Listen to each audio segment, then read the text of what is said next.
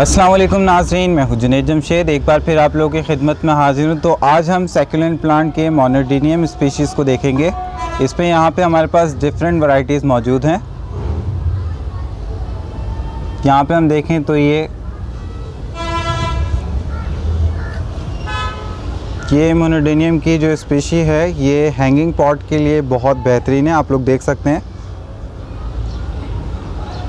और इसकी आप जो ब्रांच है वो भी देख सकते हैं एक कर्ल में, तो ये काफ़ी अच्छे बन जाते हैं और अच्छे लगते हैं। आप इसको लगा सकते हैं आराम से हैंगिंग पॉट्स वगैरह के अंदर, आप इसको स्टैंड पॉट्स में भी लगा सकते हैं। इसके अलावा मोनोडेनियम की एक स्पीशी ये है, ये कलम बनते हैं, ये स्ट्रेट रहती है, ये हैंगिंग पॉट्स वगैरह के लिए नहीं है।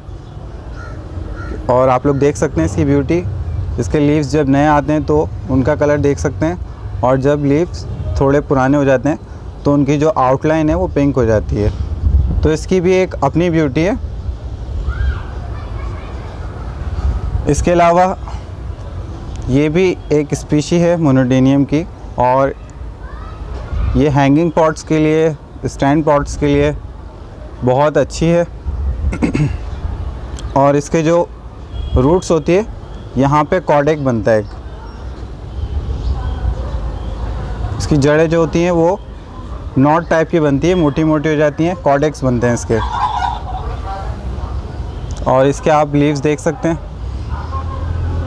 कलरफुल हैं और काफ़ी ये भी अच्छे लगते हैं, क्योंकि जब ये हैंगिंग पॉट्स में लगे हों तो इसकी आपको ब्यूटी नुमाया नज़र आएगी। आप लोग देख सकते हैं कलरफुल प्लांट है, कलरफुल इसके पत्ते हैं, और इसके पत्तों के बैक साइड पर डिज़ाइन भी है। तो इसके पत्तों के बैक साइड पे हम देखें तो डिज़ाइन भी बने हुए हैं, और ये जब हैंगिंग पॉट्स में लगे होते हैं तो बहुत ही खूबसूरत लगते हैं। अभी इसमें ज़्यादा फ्लावर्स नहीं है, लेकिन जब ये अच्छे सारी ब्रांचेस के ऊपर फ्लावर्स निकालते हैं तो ये बहुत ही खूबसूरत लगते हैं। और ये अगर हैंगिंग पॉट्स में लगे हों तो और भी अच्छे लगते हैं, और इसको आप स्टैंड पॉट्स में भी लगा सकते हैं। तो ये स्पीशीज़ तो बहुत अच्छी हैं हैंगिंग पॉट के लिए और स्टैंड पॉट्स के लिए। ये स्पीशीज़ थोड़ी कैक्टस स्टाइल की है, तो इसकी अपनी ब्यूटी है। इसमें हल्के कांटे होते हैं, ज़्यादा कांटे नहीं होते, और इसके टॉप के ऊपर जो है हेड के ऊपर लीव्स आते हैं, और ये इसी तरीके से शूट्स निकाल रहा होता है। जैसे कि आप लोग यहाँ देख सकते हैं, ये शूट निकाल रहा है, और आप लोग यहाँ पे देख सकते हैं ये शूट निकाल रहा है। इसी तरीके से अगर हम इसके बैक साइड पे देखें तो यहाँ पे भी शूट निकाल रहा है ये, और ये काफ़ी अच्छा बनता है क्योंकि ये पूरा हैंगिंग पॉट भर देता है, और इसके अंदर बहुत सी ब्रांचेस निकलती हैं और वो इसी तरीके से कर्ल होती हैं, और इसकी अपनी ब्यूटी बनती है। क्योंकि इसकी ब्रांच बहुत लंबी हो गई है और ये गमले के हिसाब से सही नहीं है, क्योंकि इसके गमले में पूरी फिट नहीं मिली, तो इसको हैंगिंग पॉट में लगाते हैं हम, और इसकी ब्यूटी देखते हैं आज।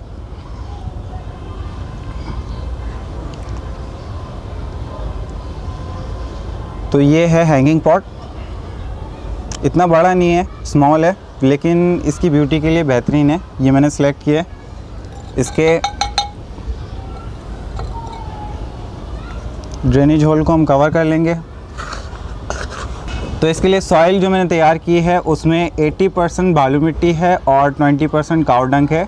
इसमें मैंने 1 टीस्पून भुजा हुआ चूना,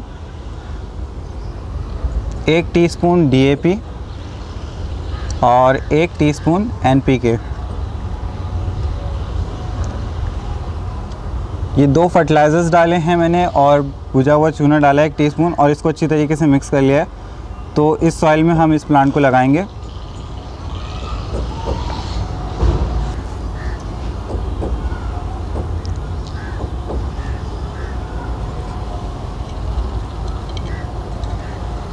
तो ये जो अनवांटेड प्लांट्स होते हैं इसको हम निकाल देते हैं, क्योंकि ये जो पौधे होते हैं ये फीड लेयर होते हैं, जो सॉइल में फीड होती है ये लेयर होते हैं। तो हमारा जो एक्चुअल प्लांट होता है जिसकी हेल्थ को हमने फोकस करना होता है, तो उसको प्रॉपर फीड नहीं मिल रही होती है, तो उसकी ग्रोथ मुतासिर हो जाती है।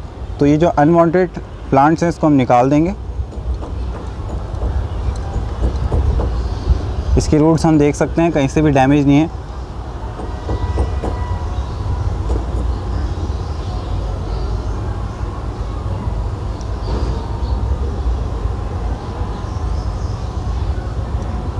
ये इसका ड्रेनेज होल कवर किया था हमने, ये उसका पीस निकला है पॉट का। इसके बाद इसको हम इसमें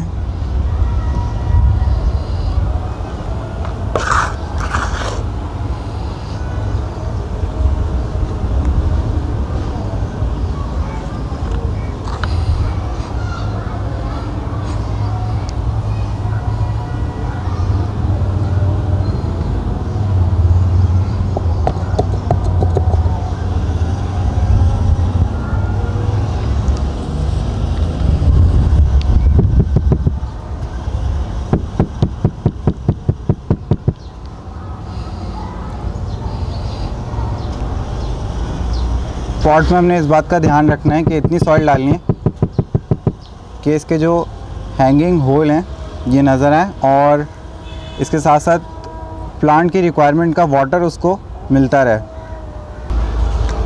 इसमें वाटर डाल दूंगा मैं, ये लगा दिए है मैंने।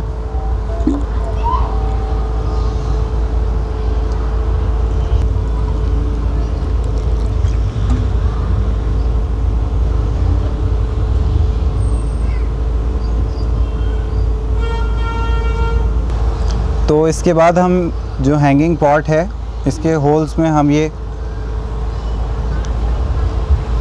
वायर बांध लेंगे। ये फ़िशिंग लाइन है, ये बहुत मज़बूत होती है, इसलिए हम इसका इस्तेमाल करेंगे क्योंकि ये आराम से वेट भी उठा लेती है। इसके अलावा आप चेन वगैरह भी लगा सकते हैं जो मिलती है आर्टिफिशियल मार्केट में बनी हुई, खूबसूरत भी मिलती हैं और डिफरेंट स्टाइल की मिलती हैं।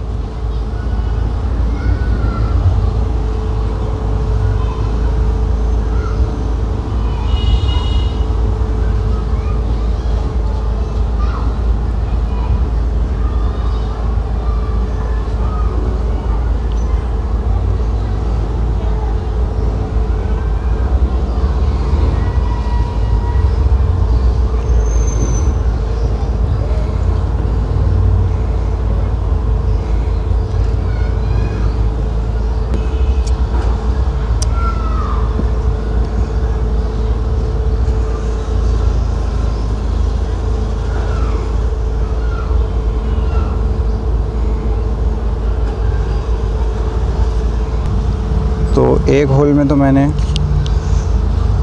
इस फिशिंग लाइन को, यानी कि जो थ्रेड है इसकी, इसको बांध लिया है। अब दूसरे होल में भी मैं डालूँगा इसी तरीके से।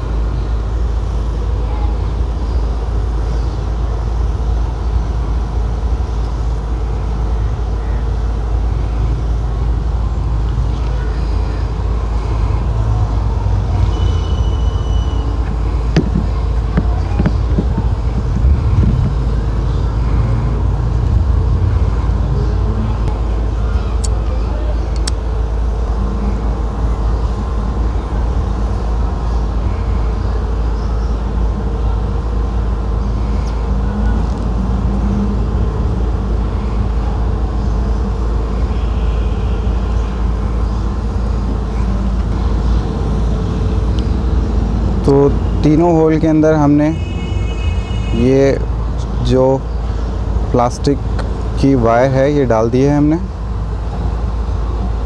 अब इस पॉट को हम बैलेंस करेंगे।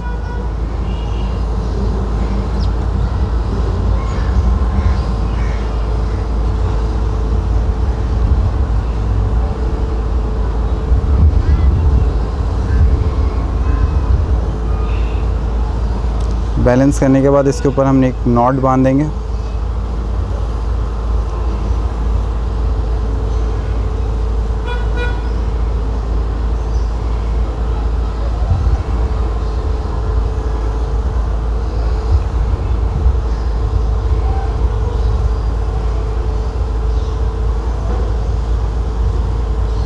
तो ये नॉट को मैंने डबल कर दिया ताकि ये मज़बूत रहे।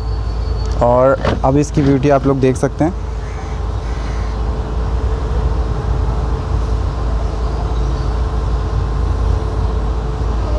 तो अब ये पॉट आसानी से हम कहीं भी हैंग कर सकते हैं। तो नाज़रीन, इसको अब हम यहाँ पर बांध भी सकते हैं। इसको मैंने एक लूप बनाया।